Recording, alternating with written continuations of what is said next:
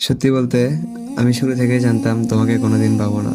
তোমার সাথে আমার মিল হবে না, আমাদের পথ এক হবে না, সবই জানতাম। তারপরেও প্রতিদিন যে তোমার পেছনে ঘুরে বেড়াতাম, তোমার একটুখানি কথা, একটু হাসি, একটু যত্ন, এসবের মধ্যেই আমি হারিয়ে যেতাম।